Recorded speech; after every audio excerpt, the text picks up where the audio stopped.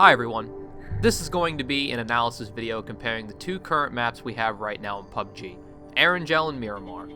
This video is going to be less of what changes should be done to make Erangel or Miramar better, and more of a look at both the pros and cons from both maps. From this, I hope to give some insight into why I think some people prefer playing one map over the other, while also looking at what aspects fundamentally change how a large 8x8 kilometer space is played over the course of a single round of PUBG. If you're like me, and are interested in how PUBG's next maps could be improved, or you just want to hear me talk about map design for 13 minutes, then stick around. We have a lot to discuss.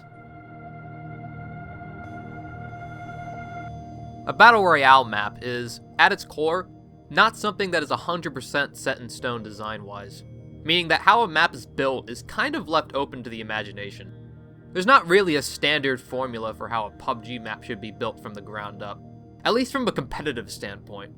For comparison, an esport title like Counter-Strike Global Offensive, or CSGO, will often have a distinct pattern to how the routes throughout the level are laid out and what parts of the map either team initially controls, often resulting in a 4-block design, which has come to be known as the 4-leaf clover method of CSGO map design. Many popular CSGO competitive maps like Dust 2, Mirage, and Cache implement this type of map design, with some slight variances here and there to keep each map fresh, and from feeling like copies of one another. PUBG map design, on the other hand, is a much different beast to tackle. Unlike CSGO, where both teams have set spawn locations, thereby allowing a map creator to adjust when and where players will encounter each other, PUBG is nearly the polar opposite of this, where players can choose from a numerous amount of places to drop from and land into, with a near infinite amount of engagement ranges, making how players encounter each other impossible to predict for a map maker. That being said though, how a map is structured in PUBG can, at the very least, encourage players into playing in a predictable manner almost every time, while not directly forcing them to. From my time spent playing PUBG, I can come up with 5 main factors that influence how a map in PUBG is designed and played. Building density, town layouts, building layouts and loot variance, terrain type, and land versus water ratio. Building density refers to the amount of buildings within a given area, and is what I would consider to be the least important factor when comparing Erangel or Miramar cities. For example, a town like Pochinki would have a higher building density than a place like Milta Power, with both areas being roughly the same size to each other, but with Pochinki just having more buildings.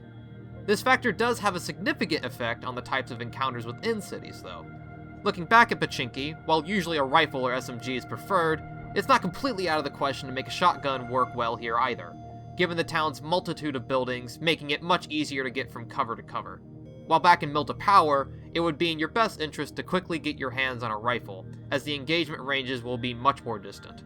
Having a higher building density in an area usually means a much more chaotic fighting experience, as it will be more difficult to keep track of opponents, making it much more tricky to engage them if necessary. The upside, however, is that areas with higher building density tend to also encourage more close-ranged engagements, as it's usually easier to find a safe route to bridge the gap between you and your opponent and flank them. When looking at the building density between both maps, you'll find that the majority of Erangel's towns usually have a higher building density than Miramar, with Miramar making up for that smaller building density by the size of the town. For those that have been wondering why Miramar's towns feel larger, it's mostly because they actually are. Yasnaya, the town with the largest building density on Erangel, can fit into Los Leones roughly 4 times. Like I mentioned earlier, building density is a minimal factor when looking at cities on either map, at least when compared to the other factors. Another factor concerning towns in PUBG are how the towns themselves are laid out. When comparing a town like Pochinki to a town like Yasnaya, you may notice that while the building density between both towns is about the same, the way in which the road splits up a town is very different. Yasnaya has one large primary road that runs from the west end of town to the east, while Pochinki has 3 small roads all connecting into the town in a cluster. Having the road laid out like it is in Yasnaya causes the town to be split into 2 halves, one north and one south. Looking at other similar towns in Erangel like Razak, Lipovka, and Milta, you can see that this 2 halves method applies here. So why does this matter?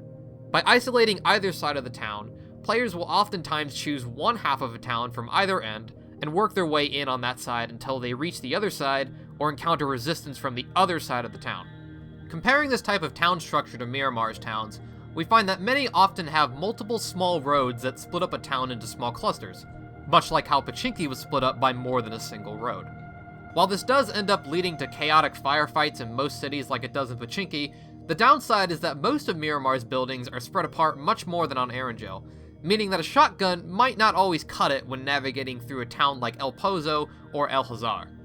Essentially, the way that towns on Miramar are structured overall is a lot more chaotic and less linear, which has the advantage of firefights that are much more unpredictable and dynamic, but towns are much more difficult to control as a result, even with a full squad of 4 people. Building layouts look at how the buildings in PUBG are, well, laid out, with loot variance determining how profitable said buildings tend to be loot-wise, given how much time it takes to loot, and what kind of loot is most likely to be in them. Due to the random nature of loot in PUBG, loot variance is hard to define, if even possible. There will be times where you might walk out of a military building with level 1 armor and a Tommy gun, while your opponent walks out of a single room shack with a rifle and some meds. However, the likelihood of that happening is very small, and it can be safe to assume that some buildings will house better loot than others, especially buildings with multiple floors and doors, as there will often be more loot spawns. However, this is not always the case between both maps. Erangel and Miramar both have their own different kinds of common buildings, but both maps tend to use buildings that stand out only a few times or just once, like the casino in Picado or the big factory at Milta Power. Establishing these kinds of buildings as risky but lucrative loot zones helps balance out their large size with the amount of time it takes for them to be fully checked.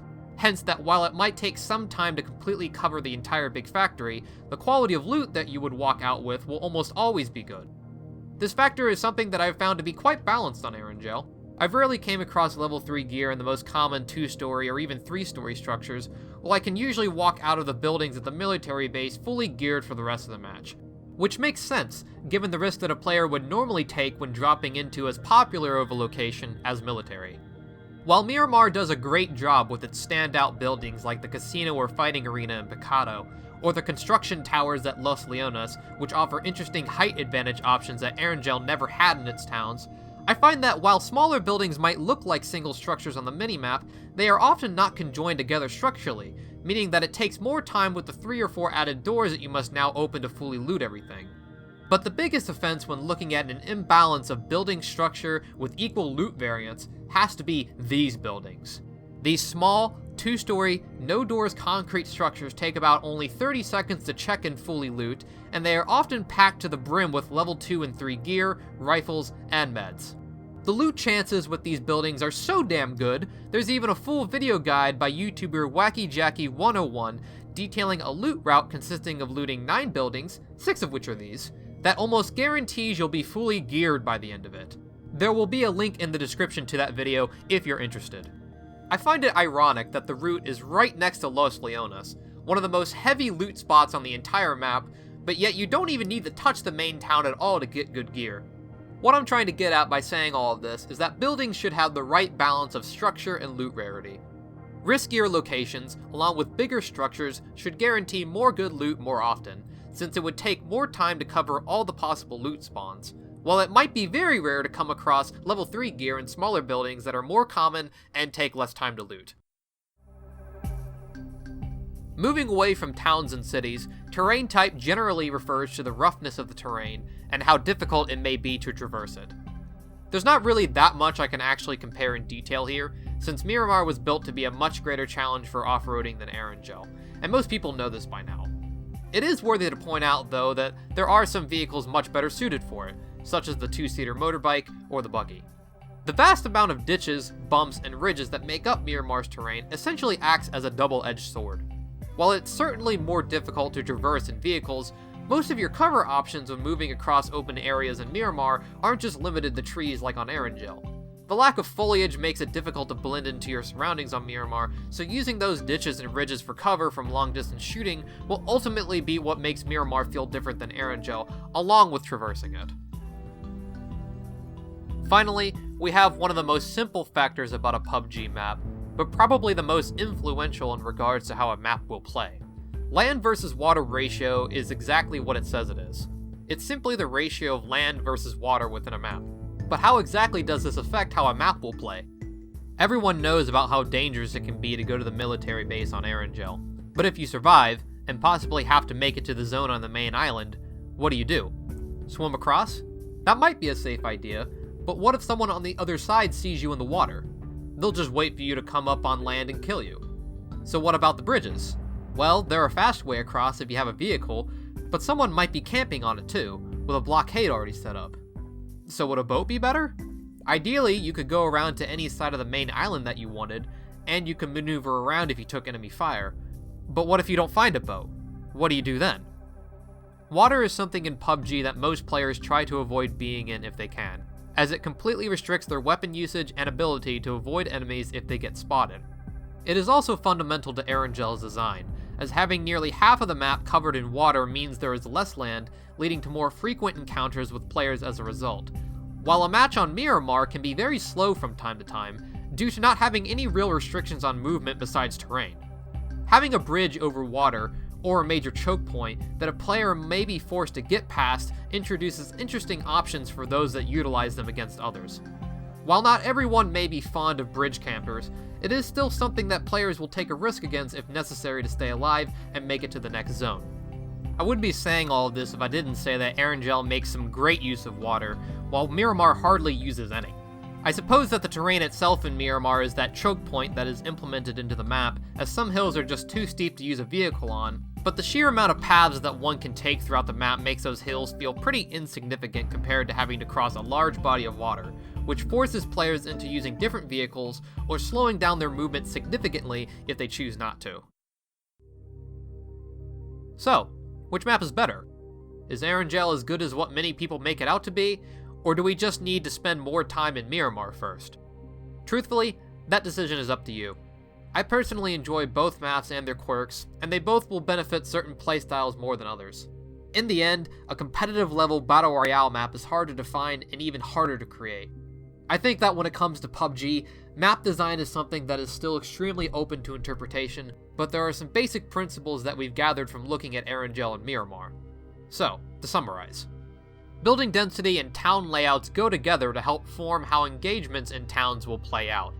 If a town needs more chaotic firefights, have the town structure be varied, with many different roads and a large building density. If a town needs more strategic and long-range firefights, isolate sections of a town with large main roads or just open space. Smaller towns will be easier to control, while bigger towns will be more difficult. Building layouts and loot rarity should both, in general, be balanced together. If you loot in a military building or standout structure, you should almost always find good loot. The smaller and more common the buildings get, the less likely that you'll find good loot in them. The type of terrain will influence how easy and quickly players can get from point A to point B on the map, as well as how easy it may be for players out in the open to find applicable cover if they take fire. Applying more rough terrain can make player travel and vehicles take longer, and provide interesting forms of cover out in the open with many hills or ridges, while smoother terrain will allow vehicles to travel faster, but cover out in the open may be harder to find. And lastly, water should generally be used as a means to discourage players. It should naturally create choke points that they may have to move through slowly, or introduce new hazards like bridges that they can take the risk of crossing quickly, hoping that nobody is camping the other side. And that just about wraps up everything that I wanted to cover. If you stuck around until the end, I really appreciate it. It means you've been listening to me talk for a pretty long time about a topic that many people may not really care about, and I thank you for it, and I hope you learned something. Special shoutouts to Wacky Jack and ArchDarva, two of my favorite YouTubers and both excellent content creators, and if you haven't seen their channels already, I highly recommend that you check them out. And if you liked this video and want to share your thoughts or discuss something I might have missed, leave a like and post a comment. I want to hear your guys' thoughts if you have them. But anyways, that's all I got for now. See ya.